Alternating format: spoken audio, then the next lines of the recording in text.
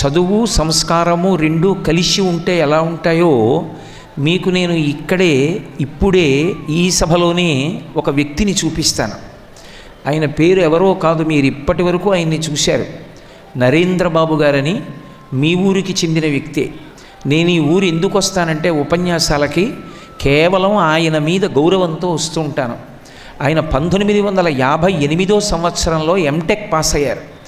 ఆ రోజులలో MTech pass అవ్వడం అంటే ఉద్యోగంలో కానీ ఆయన చేరి ఉంటే ఇవాళ ఆంధ్రప్రదేశ్ గవర్నమెంట్లో ఆయన ఇంజనీరింగ్ చీఫ్గా రిటైర్ అవుతారు.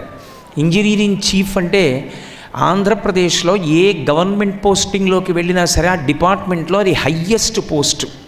ముఖ్యమంత్రి మాట్లాడాలి అంటే ఏదైనా ఇంజనీరింగ్ చీఫ్ తోటే మాట్లాడతాడు ఎగ్జిక్యూటివ్స్లో. అంత పెద్ద పొజిషన్లో రిటైర్ అవ్వచ్చు ఆయన. ఆయనకేమీ ఐశ్వర్యానికి లోటు లేదు. కొన్ని లక్షల రూపాయలు ఉదారంగా దానం చేసి ఎన్ని కార్యక్రమాలైనా చెయ్యగలిగినటువంటి సమర్థుడు. ఆయన భార్య లబ్ధప్రతిష్ఠురాలైనటువంటి డాక్టర్. ఆయనకి గొప్ప హాస్పిటల్ ఒకటి ఈ ఊళ్ళోనే ఉంది, బాబు నర్సింగ్ హోమ్ అని. ఆయన కొడుకు పెద్ద ఇంజనీర్, కోడలు ఇంజనీర్. జీవితంలో అహంకారంతో బ్రతకడానికి ఎన్ని ఉండొచ్చో అన్నీ ఆయనకున్నాయి. చదువు ఉంటే డబ్బు ఉండదు, డబ్బుంటే చదువు ఉండదు, రెండు ఉంటే మంచి బిడ్డలు ఉండరు, మంచి బిడ్డలుంటే మంచి భార్య ఉండదు. ఆయనకి లేనిదేమీ లేదు. పరమేశ్వరుడు ఆయనకు అన్నీ ఇచ్చాడు. ఆనాడు ఎంటెక్ చదువుకున్న వ్యక్తి. ఇప్పటికీ నేను చిత్తూరు వస్తే ఆయనతో మాట్లాడడాన్ని ఎంతో ఇష్టపడతాను. నా ఉద్దేశం ఆయనకి దగ్గరగా 60 సంవత్సరాలు దాటిపోయి ఉంటాయి. ఆయన మాట్లాడుతున్నప్పుడు ఆయన కోట్ చేస్తున్నటువంటి ఇంగ్లీష్ రైటర్స్ తాలూకా పేర్లు, ఆయన వాడేటటువంటి సనాతన సంప్రదాయానికి సంబంధించిన వ్యాఖ్యాన గ్రంథాల పేర్లు, ప్రవచనాలు చేసేటటువంటి నాకు కూడా తెలియవు.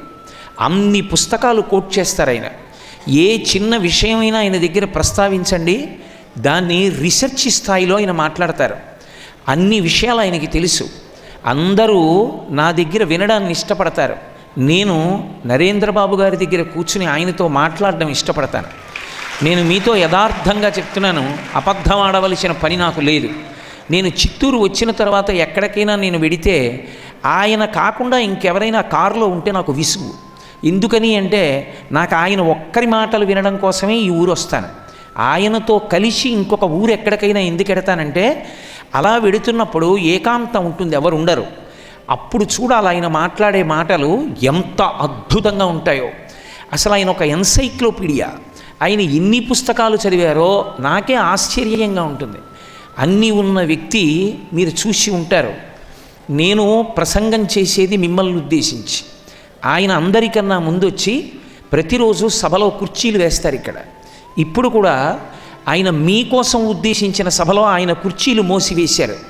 సాయంకాలం నా కారు వెళ్ళిపోతుంటే అడ్డొచ్చిన మోటార్ సైకిళ్ళని ఆ వయస్సులో ఆయన లాగి సర్దుతూ ఉంటారు. ఈ పని నేను చేయడమా, ఈ పని నేను చేయకపోవడమా అని ఆయనకేం ఉండదు. ఒక నమస్కారం చేయడానికి ఆయనకేమీ అహంకారం ఉండదు. నేను ఉన్నవాణ్ణి నేను ఎందుకు ఈయన ముందు వంగాలి అని ఆయన అనుకోరు. అసలు జీవితంలో ఒకడి ముందు వంగడమే గొప్ప విషయమని. ఆయనకి కాలు బాగులేకపోయినా ప్రతిరోజు నేను ప్రసంగం మొదలుపెట్టే ముందు మోకాళ్ళ మీద వంగి నమస్కారం చేసి పెడతారు. సంస్కారం అనేటటువంటిది చదువు వల్ల వస్తుంది అనడానికి వీలు లేదు. చదువు వేరు, సంస్కారం వేరు. చదువుతో పాటుగా అది సంస్కారముగా మారిన నాడు ఆ వ్యక్తి వల్ల ఊరికి గౌరవం వస్తుంది. ఇవాళ చిత్తూరు పట్టణానికి నేను వస్తాను అంటే దానికి కారణం బాబుగారు ఒక్కరే. కేవలం ఆయన మీద గౌరవంతో నేను వస్తాను. నేనే కాదు, ఈ ఊళ్ళో జరుగుతున్న ఆధ్యాత్మిక సభలలో చాలామంది విద్వాంసులు ఆయనని చూసే వస్తుంటారు.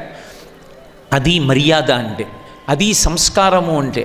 అటువంటి వ్యక్తిని ఒక్కసారి మీ పిల్లలందరూ చూడ్డానికి వీలుగా నేను వేదిక మీదకి పిలుస్తాను. ఆయన్ని చూసి ఈల వెయ్యడం మన దేశ సంప్రదాయం కాదు. ఈల వేస్తే ఏమని చెప్పినట్టంటే నువ్వు పనికి మాలిన వాడివి అని చెప్పాలనుకుంటే ఈల వేస్తారు. కరతాళ ధ్వనులు చేయకూడదు, చప్పట్లు కొట్టకూడదు.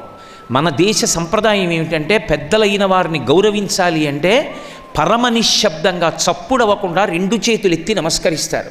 అలా నమస్కరించారు అంటే వారు గౌరవనీయులు అని గుర్తు.